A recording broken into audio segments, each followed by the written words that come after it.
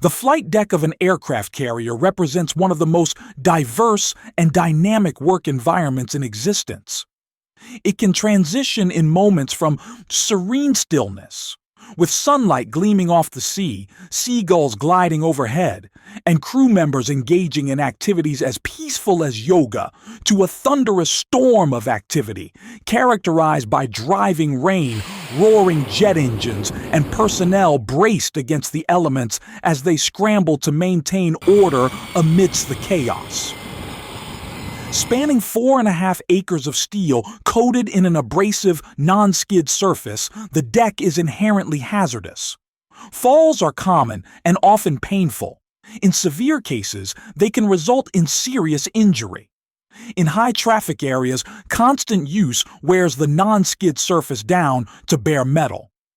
By the end of a deployment, some sections become unpredictable, with aircraft sliding across the surface as the ship pitches and rolls, creating a dangerous environment in which the outcome of every landing remains uncertain.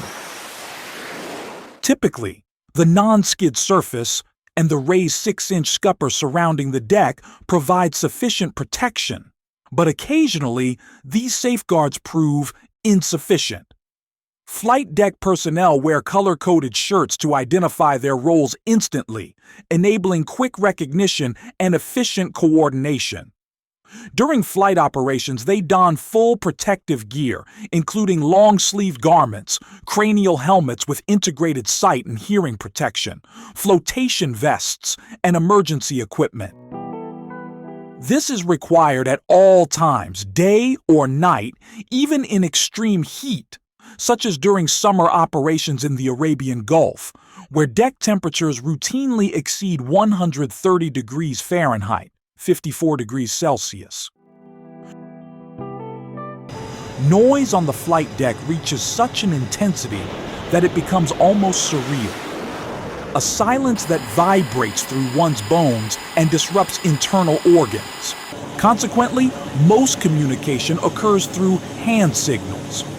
Some personnel are connected by radio, and the ship's 5MC main circuit system broadcasts loud public announcements from the control tower.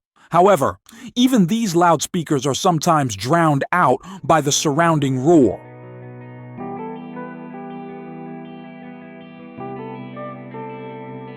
Amidst the frenzy of activity, jets exhale blistering heat across the deck. E-2 Hawkeyes and helicopters unleash thunderous noise, and tie-down holes in the deck pose constant tripping hazards. The danger is ever present. If a cross-deck pendant, used to arrest landing aircraft, snaps during operation, the resulting recoil can cause devastating injuries. Even something as simple as failing to look up may lead to a head injury from walking into a Hornet's horizontal stabilizer, which is often positioned at a near invisible height and angle.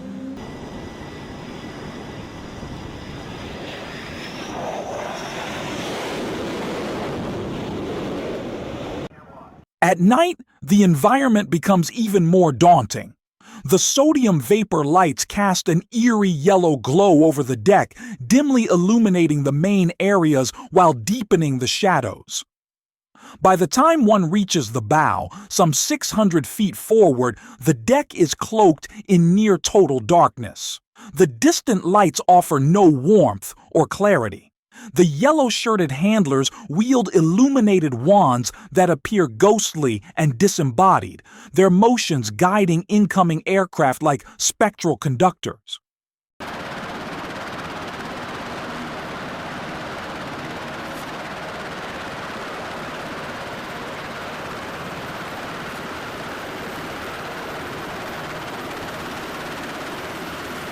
The rest of the deck crew use modified flashlights, wands with their tips removed, to better control the spread of light.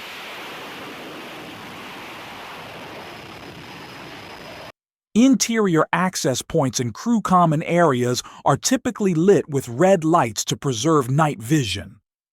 Under these conditions, especially during turbulent seas or inclement weather, the risk increases dramatically. Should a crew member fall overboard in the dark, the likelihood of being seen, let alone rescued, is exceedingly low.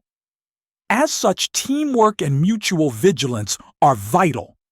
It is not uncommon for personnel to save one another's lives over the course of a deployment.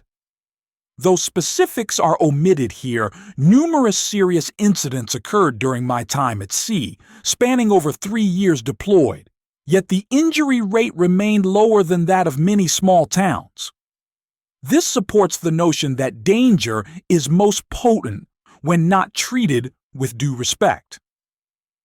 The Navy's training and recruitment systems have evolved to ensure that those who serve on the flight deck are predominantly composed of highly disciplined professional individuals.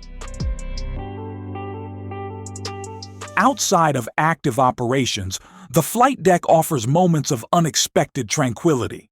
Aircraft maintenance, recreational events like steel beach picnics, jogging, golf swings off the bow, or simply gazing at the open sea provide much-needed relief.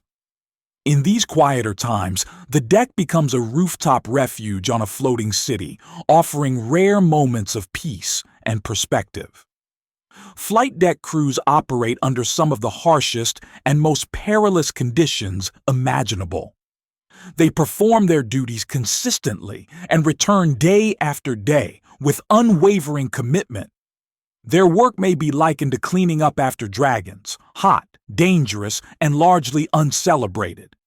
Yet without their dedication, a host of high-profile operations would collapse into dysfunction and danger.